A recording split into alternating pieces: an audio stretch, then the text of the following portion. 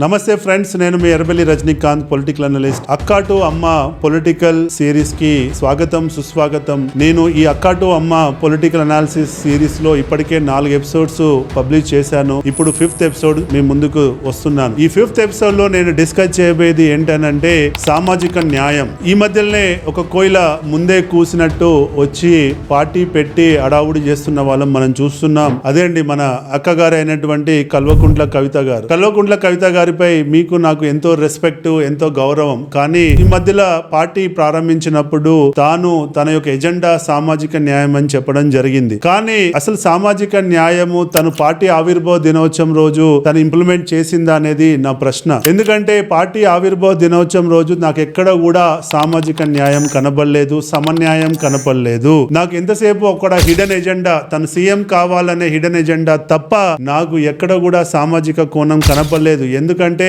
తను పార్టీ ఆవిర్భావ దినోత్సవం రోజు కనీసం ఏ బీసీ నాయకుడితో, ఏ ఎస్సీ నాయకుడితో, ఏ ఎస్టీ నాయకుడితో కూడా మాట్లాడించినటువంటి పరిస్థితి లేదు. మరి పార్టీ అంటే ఓన్లీ కవిత గారేనా, సామాజిక న్యాయం అంటే ఓన్లీ కవిత గారేనా, కవిత గారి యొక్క కులమేనా అన్నది మనందరం ప్రశ్నించుకోవాలి. అంటే ఒక ఫార్వర్డ్ క్యాస్ట్ నుంచి వచ్చి నువ్వు సామాజిక న్యాయం మాట్లాడినప్పుడు అక్కడ ఇంప్లిమెంటేషన్ లో కూడా అదే కనబడితే ప్రజలు మీ వైపు చూస్తారు, నాయకత్వం మీ వైపు చూస్తుంది. అంతేగాని ఎవరితో మాట్లాడినీయకుండా, ఎవరితో కనీసం వాళ్ళ యొక్క విజన్ ఏంటి, ఆ పార్టీలో ఎందుకు పని చేయాలనుకుంటున్నారు, మీతోటి ఎందుకు పని చేయాలనుకుంటున్నారు అనే దానిపై మాట్లాడనీయకుండా కేవలం అంగు ఆర్భాటాలతోటి ఒక కంటెంట్ క్రియేటర్ గా వచ్చి చుట్టూ 20 కెమెరాలు వేసుకొని ఒక పెద్ద కాన్వాయ్ తో వచ్చి మీరే కేవలం మాట్లాడితే అది సామాజిక న్యాయం కాదు అన్నది మనందరం గ్రహించాలి. పార్టీ ఆవిర్భావ దినోత్సవం రోజే మీరు సామాజిక న్యాయాన్ని పాటించినప్పుడు మరి మీరు సామాజిక న్యాయం మాట్లాడేటువంటి అర్హత మీకు లేదు అన్నది అందరు చర్చించుకుంటున్నారు. కాబట్టి ఇలాంటి పెద్ద పెద్ద స్లోగన్లతో వేసే ముందు కొంచెం జాగ్రత్తగా ఉంటే బాగుండేది.